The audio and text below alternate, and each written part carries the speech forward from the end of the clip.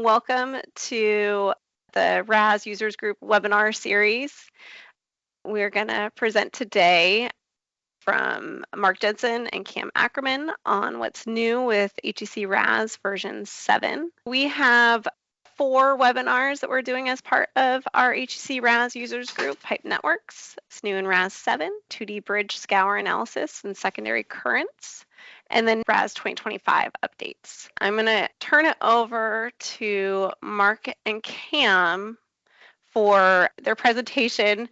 I think it's very fortuitous that the two of them are presenting on our last feature release of RAS 7 because they have been part of the RAS group from the very beginning. They're kind of the OGs of the group, and they are a big reason why RAS has been so successful. With that, I'm going to turn it over to Mark Jensen, who is the technical lead of the RAS team. Afternoon. I'm going to talk for a bit. I'm going to talk about some core computations and some stuff we bugs fixed and new capabilities we have for hydraulic structures. And then Cam's going to take over for the last half of the webinar, and he's going to talk about the results, output, and visualization. He's going to take through some thoughts on how to do good troubleshooting for 2D model. And then he's going to give a hint about how you can incorporate using RAS 2025 in RAS 7. So the core computations part of that, one of the things kind of behind the scenes, big change for us is that we switched from the compiler we were using. We were using Intel iFort for decades, actually. We were wondering if we were going to be able to coast in and keep going, use the same compiler all the way through the version 7, and the IFX one has been getting better and better. We thought about using it years ago, but it had so many bugs that just wasn't ready to handle the full range. We have really old Fortran and some newer Fortran, and it wasn't good at that. But just recently it got much better, and we switched to that. And for the user experience, the good news is that it can be faster, and the neat thing about going to the newer version of the compiler is it can take advantage of modern hardware better than the iFort one, and it's a lot more energy and research and development goes into making that one better than the iFort one. Intel deprecated it, and you can't even download that one off the web anymore. So we're moving forward with the times, and the good news for you is that if you have a larger model, it could be faster. It could be substantially faster. Cam has a data set for the Sacramento model. It's a huge model. It's got 5,000 cross sections, thousands of structures, 200 bridges, almost 3,000 lateral structures. And he's using just one of the high-end engineering GIS laptops. And with the old compiler, it took 4.5 hours to run, and with the new compiler, it took 3 hours to run. So that's amazing. We don't get those kind of improvements anymore at all. That's just a foundational change on that. Okay, this model had a lot of 1D and 2D.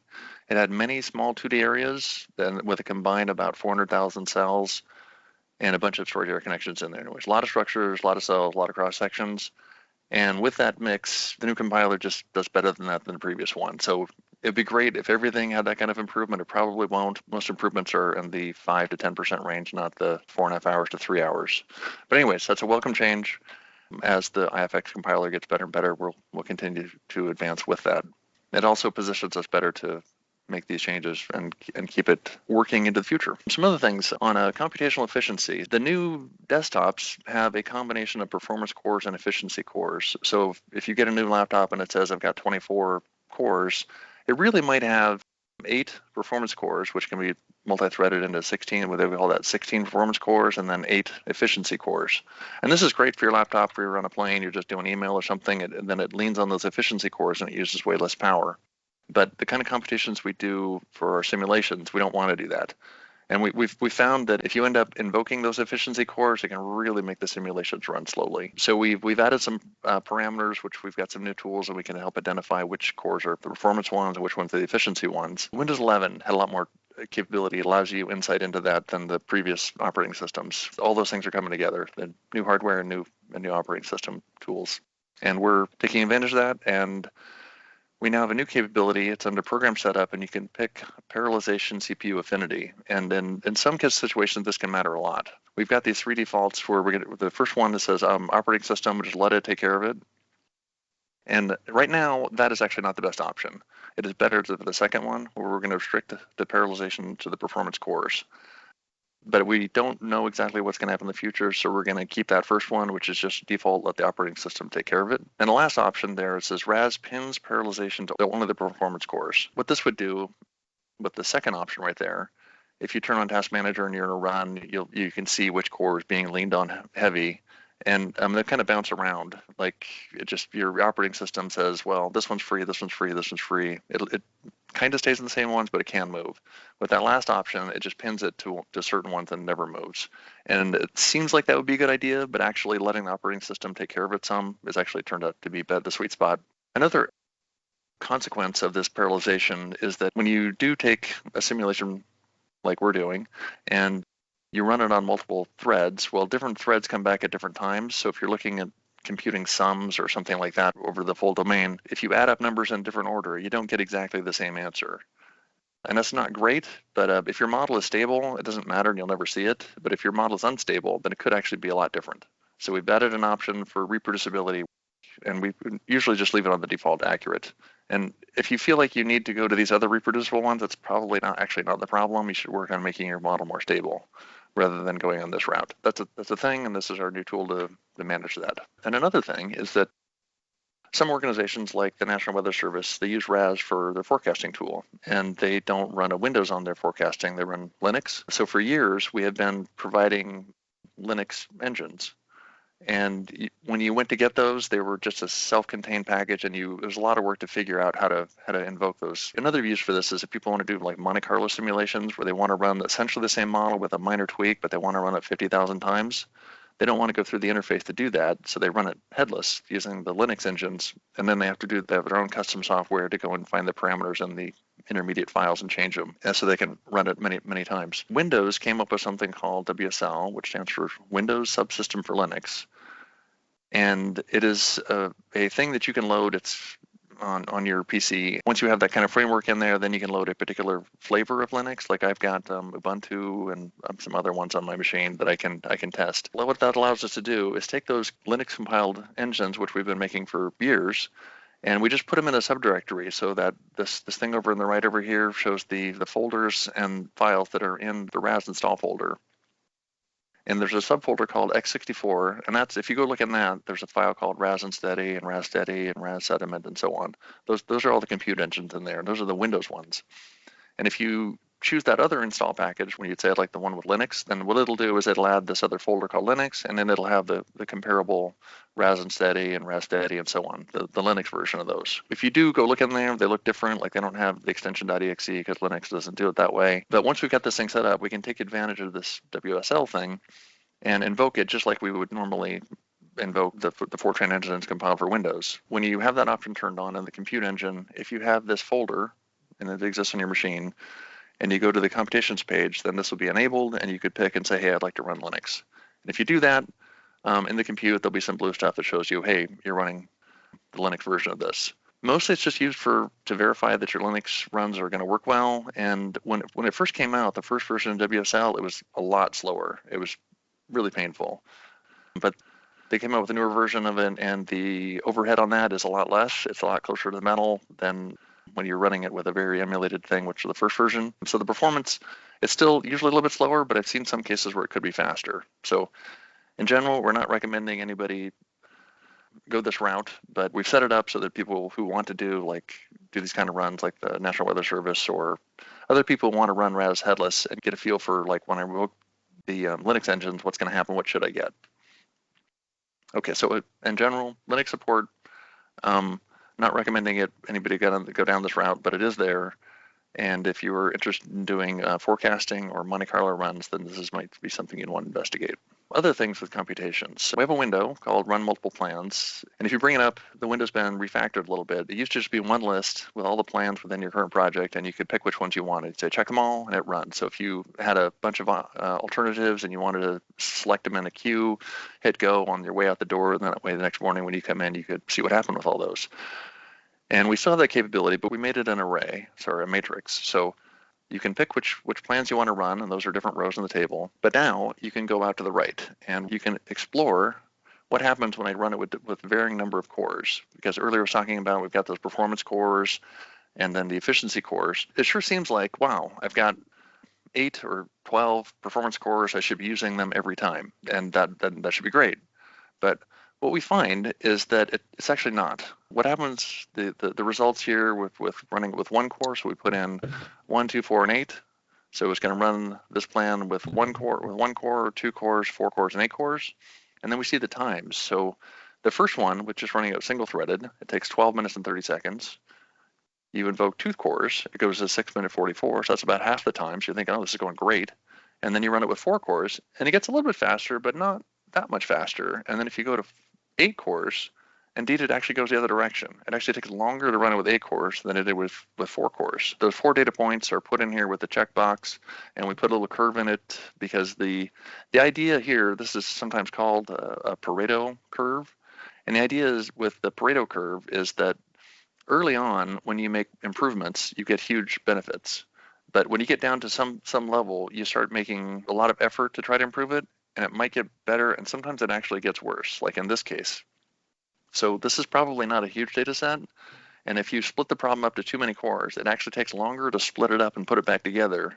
And it cancels out the benefit of running with more cores. This used to be something we would tell people to do, but it was kind of hard to do, and now we tried to make it easy. So that if you have a project and you're wondering, like, what is the right number of cores to run with this project? It's actually a hard thing to know, but now you can just go to this tool and do this run kind of like we're doing here and just get a feel for what it looks like. What I would say with this one is just run this with 4 cores. And what we're finding is that 4 cores is this is part of that curve where you get dramatic improvements, and after that, it gets less and less. So then you can actually run RAS twice or do other work in your computer without having all the resources dedicated to that simulation. So again, this curve, this is typical of what we see, and it doesn't always go up at the end, but it dramatically drops off. So you could spend twice the resources on it and appreciate only a couple % gain. A new tool, it's a good thing to explore, and you might be surprised. You might take a data set, one of your longer running ones, and go take a look at it just to see, are you actually having the optimal number of cores? On to hydraulic structures. And the first thing is a bug fix, actually. For a long time, we've had a bug with our momentum method of bridges. For 1D analysis for momentum method, the methodology that we developed initially, way back in the mid-90s, was that we were thinking about steady flow and flooding. And so we're thinking about high flows and the impacts of bridges and the momentum losses at piers and things like that. And we developed a methodology that worked well for that. And it was similar to what was used in even the precursor program HEC-2. So it was an established methodology. Later, when we started running for unsteady simulations, we realized that it had this problem that for really low flows, it added an artificial bump to the water surface when the flows went to 0. That's a bug. That was not good. And we fixed it, one of the betas year or so ago. So version 7 has this fix in it. And we called the previous one prismatic, and because when the channel was essentially the same area upstream through the bridge and downstream, with piers and abutments is fine, then it did not have this problem. But if the areas were varied a lot, then you could end up with that problem. So we have a new general method that has fixed that. And when you go to select a bridge method, I would always choose the general one. The only reason you would choose a prismatic is if you had a model set up and it was calibrated and you liked it, then you can keep it. But any new modeling effort you do, I would take the default, which is this new general method. And the way you see that is if you go to the bridge modeling editor and you were to look at that section of the table for momentum, it's got a drop down and it says general recommended and prismatic legacy. So we still support the old one in case you had a model that you're happy with, but the default is to go with our new methodology. Okay, then we have an entirely new way to model bridges, and this is our detailed bridge modeling, and it allows for pressure and overtopping. There's kind of 2 parts to that. There's the detailed 2D part of it, which we'll see a little bit more in a second, but there's another part of it which takes into account the impact loss at the face of the bridge deck. So when the water's going up on the bridge deck here, we're going to apply a loss, and it's kind of a minor loss coefficient which we're going to apply, so it's going to be a function of v squared on the upstream side. We're going to multiply times this coefficient.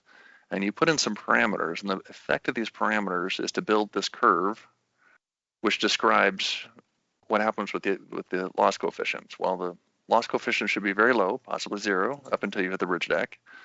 Then it should grow a lot, and then until it goes over the top, and then it kind of asymptotically goes to 0. So if this structure got substantially inundated where the bridge was just a small little piece in the bottom, then we're not going to apply the loss to that whole column of water. This new pressure and overtopping has 2 parts. The minor loss, which you put in with these coefficients here, and then the second part of it is that we look in plan view where we've got our structure. That's the gray area right here. And then we look at the cells that were covered by that, and then we say, well, we're going to make another part of the mesh, and we're going to duplicate that. So all the cells that were under that section right there, we duplicate. So now every cell that was below, there's another one on top. So the ones below, they get a lid, which is an approach we use similar to what we do with pipes. So the cells below are now constrained by the deck, and then we have another flow path which goes over the top. And there are different flow paths. So water that enters on the upstream side, it can exit, and presumably it could go left or right if the thing was at a slope ring or something like that. But it's just regular 2D solution below, and then regular 2D solution above. And when you do that, you get some additional output. So on the left here, I've got a velocity field, which is just the regular one, and that's the regular 2D domain that you would have. And then if you have any bridges in your model that are using the pressure and weir option, you get these two other options right here. So it says above the bridge deck, and what that does is it copies all the solutions for not part of the bridge, and then at the bridge, it replaces the below the bridge solution with above the bridge solution. So what we see on the left here is that the water speeds up and goes with a certain velocity through the lower portion of the bridge deck.